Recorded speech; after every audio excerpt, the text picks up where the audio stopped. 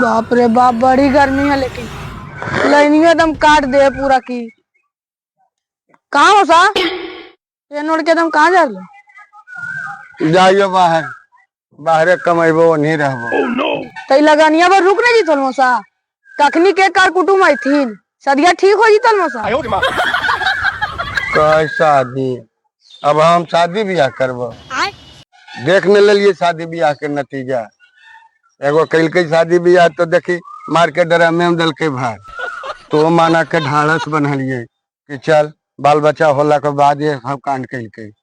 लेकिन इन्हें देखी 10-15 दिन पहले बेचारा राजा रघुवंशी के नखुनमा कभी पॉलिसियो नहीं छुटली, समझनी कि हनीमून पर ले जाके और मार के पहले पर बिक दल।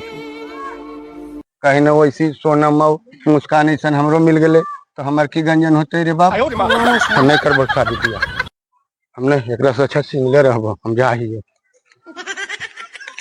हाँ जे भी सोचलो ठीक है सोचलो मौसा, अकेले रहो तो सेफ रहो, जा जिला अपन जिंदगी। लाइनिया आ गए, जाइए पंखा में बैठे आराम से।